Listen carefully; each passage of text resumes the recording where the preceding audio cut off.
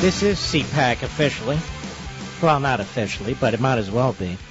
Let me take this one step further. Last year I was invited to speak at CPAC, and I had agreed until I realized that the John Birch Society was one of the groups that was either sponsoring or officially associated with it, and I withdrew. It doesn't take a lot of courage to be from Hollywood and to stand for gay marriage. It really doesn't. But how can you go there and not object to the John Birch Society? And I'm not trying in any way to attack CPAC. People do whatever they think is right. People show up. They give speeches. I've enjoyed it. I used to go there. Went there many times. As a matter of fact, in 2001, I received the highest award the American Conservative Union could give at CPAC. It's one of my proudest days, as a matter of fact. But there are people with all kinds of agendas now there and trying to draw attention to themselves. And it gets a little tiresome to me because out there where it really matters with you folks all over the country, some of this is a sideshow. And I want to make it clear, even though it'll upset people, I don't care if people are gay. It doesn't matter to me. I'm not going to get into that debate. You know, if I had a relative who was, I would love that relative just as much regardless. I don't know why people have to tell us what they are or what they're not, but that's a whole other story too. But if you're saying, I want to get married and I want the state to sanction it and we have rules of decision-making in place for different levels of government, why should we change it for that?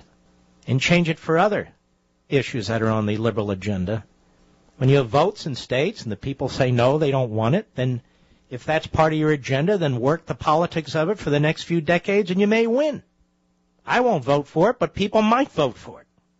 And so, when CPAC degenerates into this kind of, really it is a side issue. Not for everybody, but for most people it is. When we're talking about saving the damn country. That's what I meant on my post on Facebook. I didn't know that the priority for conservatism right now was legalizing dope and gay marriage. And what's interesting is when conservatives bring up these subjects, that is, opposing gay marriage and opposing legalizing dope, it's said to be creating wedge issues. And yet when liberals bring up these issues, it's said to be raising civil rights issues. Honestly, I had no intention of getting into this, but such is the nature of me and my show. Maria in New York, a college professor. How are you? Mark, I just want to congratulate you as a educator for 55 years on your forthrightness and speaking the truth and not covering it up. And especially the reports of the mainstream media. And I'd just like to give you a parallel example of what happened on January 24th. We had a march in Washington, D.C., not of tens of thousands of people, but hundreds of thousands. I would say near 500,000 people. And we did not see anything on the main media, especially our congressmen, these young freshmen, and they even applauded a Democrat who was pro-life and got up and spoke at the rally. It was just amazing. But the main media did not put anything on the air. And this is the same thing we're talking about, gay marriage, things Well, your point is well taken. Here we have hundreds of thousands of people gathering, and at other events with less numbers of people, but still a lot of people showing up, traveling from all parts of the country, making their beliefs known, whether it's their faith, making their beliefs known about Obamacare and so forth, not just ignored, but when they were reported on, ridiculed. Absolutely ridiculed. Has a small group of maybe 10 people standing there pro-life, pro-choice, and they were making more about them than the hundreds of thousands that were marching. And it wasn't just one faith; it was all faiths. The Jewish people, the Lutherans, all. Yes, this is the annual pro-life rally. I mean, the march, yeah. March for Life. Yes. And I asked my students that I was, teaching, did they see too much of it? Nothing. I've asked friends, did you see it on the main media? Nothing. But I was standing there. I was standing at the Supreme Court with we were having a service at the entrance of the Supreme Court. And and then we went to the House and to the Senate, standing in front of the Senate. And the people were just overwhelming in the streets, going onto the sidewalks, all the way down to the Capitol. You could not see anything but heads, and no report. And you wait a minute, don't you remember the statement Obama said about how courageous you are, about how important it is, how invigorating it is to see all you folks gathered there? Don't you remember that? I didn't hear that. No, because you're not in Egypt. That's why. All right, Professor, God bless you, and thank you for your call. I appreciate it. Okay, where are we? Oh, back to Lou. Long Beach, New York, WABC. You work at the TSA. I'm sorry, Lou. Go ahead. Hey, listen, I want to tell you something. You know, if you feel that Schwarzenegger, is going back to the movies and he's going to pay an incompetent governor, I think you should, saying that you're going to be in Jackie's movie now or making your debut, I think you should be in that movie and challenge him and probably beat him to be the governor of whatever state. Well, that would have to be a new movie, Lou. Because, yeah, but I know you can kick butt. Yes, so yes. I know that you would be good. All right, tell me. Yes. Listen, at where I work, the majority of the people there, of course, are all liberal. Okay. This is TSA. And they all can't wait till they get their free Obamacare. And I say to them, well, why wait? I said, listen, you make money. Why don't you buy a health care now that's offered to you? Oh, no. We're going to wait for Obama to give us health care. And I'm like, well, why? Buy it. Oh, no, it's too much money. I can't afford it. And meanwhile, I look down at their sneakers, and they wear $200 sneakers, and they buy $600 phones, iPhones or whatever, BlackBerry, Blueberries, Cherries. I don't know what it is. But it's just incredible how they don't understand what it's all about. Listen, Lou, it's not just them. This is what's happening to this culture, that everybody has a right to stuff. And we even use the word, you have a right to health care. You have a right to health care. Okay, well, if you have a right to health care, then I have a right to know who the hell you are, what your budget is, and what you're spending your money on. Because you do not have a right to my labor. And that's what we're talking about, Lou. You're on this earth for a finite period of time. You spend a lot of your time on this earth working. And as you get older, it becomes more and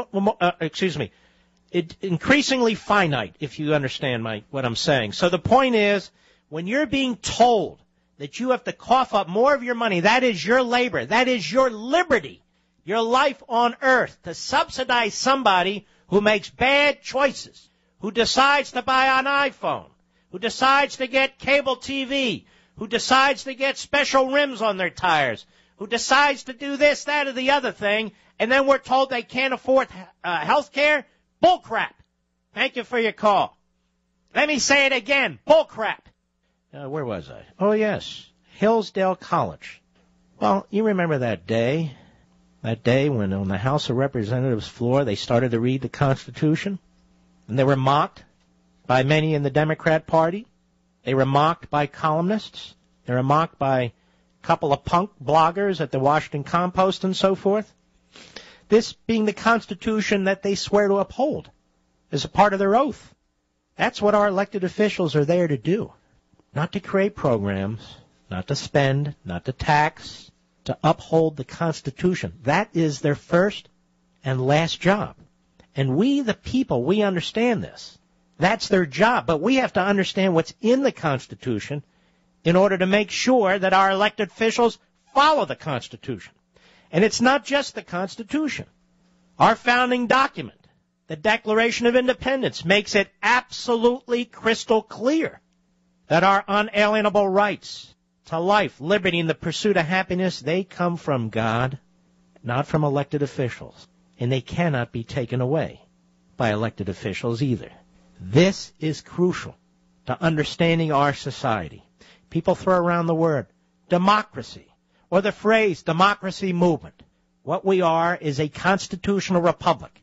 Who we are human beings that have natural rights granted to us by God and nobody else. Now, since you listen to my show, I know you love the Constitution and the Declaration as much as I do. Let's see here.